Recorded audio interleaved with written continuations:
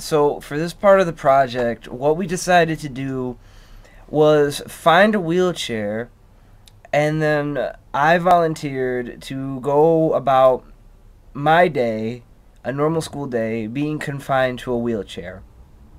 And what I'm intending to do is to show how difficult it is to get around Marquette, and also to document my interactions with other students and see if they treat me any differently because I'm in a wheelchair. And I'm hoping that that's not true. I'm hoping that they'll treat me just the same, but I think it'll be good to see how people are going to react to something that they're probably not used to. I think going into this project, the thing that I'm concerned about the most is people judging me, feeling upset, possibly offended that I'm in a wheelchair even though I don't need to be in one. But I feel as though as long as I stick to the research aspect of it and commit myself to it all day, then that's something that I can overlook and instead expose a world that we're not really used to. I think we take a lot of things for granted, and so one of the things is exposing things that we take for granted as something that we should really be appreciative for. So I hope that throughout the day, both you and I will learn a lot about what it's like to be in a wheelchair. So it's almost 9 o'clock in the morning. I'm on my way to my first class. This morning was a challenge. It took me almost 15 minutes to go to the bathroom, and usually that takes me all of about 5 minutes. Brushing my teeth, the sinks were too high, so it was hard to get the water into my mouth to rinse out. Trying to leave McCormick, the wheelchair accessibility door is busted, so trying to get through the front doors was a challenge.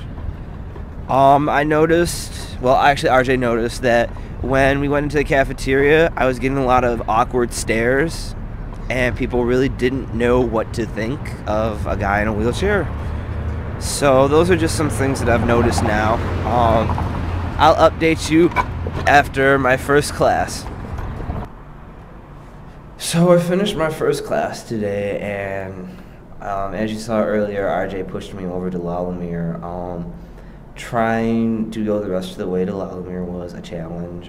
The road or pathway in front of Lalamere is really bumpy, so there were a couple times that the wheelchair got stuck and it wasn't on level surface, so it was really hard to push and maneuver. Lalamere was fairly accessible.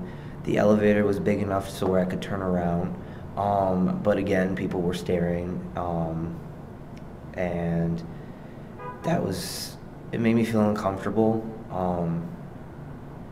because I mean, it's not like they've never seen anybody in a wheelchair before, so it just made me wonder why they were staring so much. One of the things that's really bothering is I can't get into my own dorm without someone helping me. There is a ramp in front of McCormick, but it's not good enough, so I need someone to help me get up the little ramp that they have. And so that was something that really frustrated me. So that's just one class. I have 4 more to go, so we'll see how it goes. I just finished my science class, second class of the day. It's a little past noon.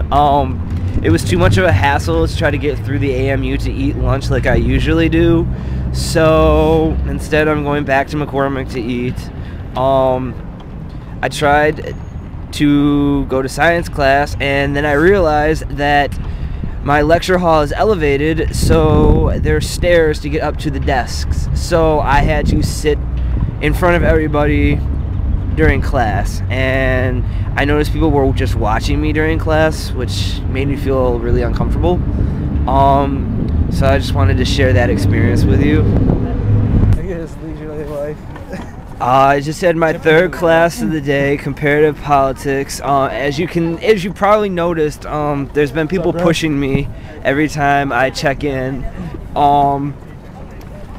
I've been asked why I'm not pushing myself, and people think I'm taking advantage of my friends, but truth be told, I'm actually exhausted from trying to wheel myself from McCormick to my classes.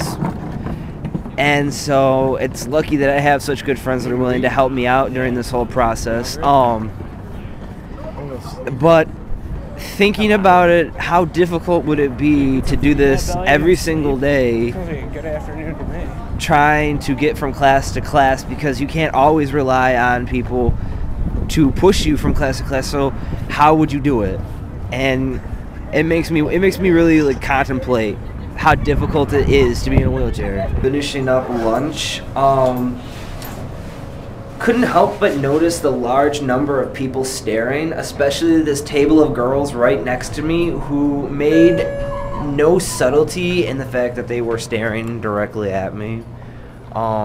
Made me feel a little uncomfortable.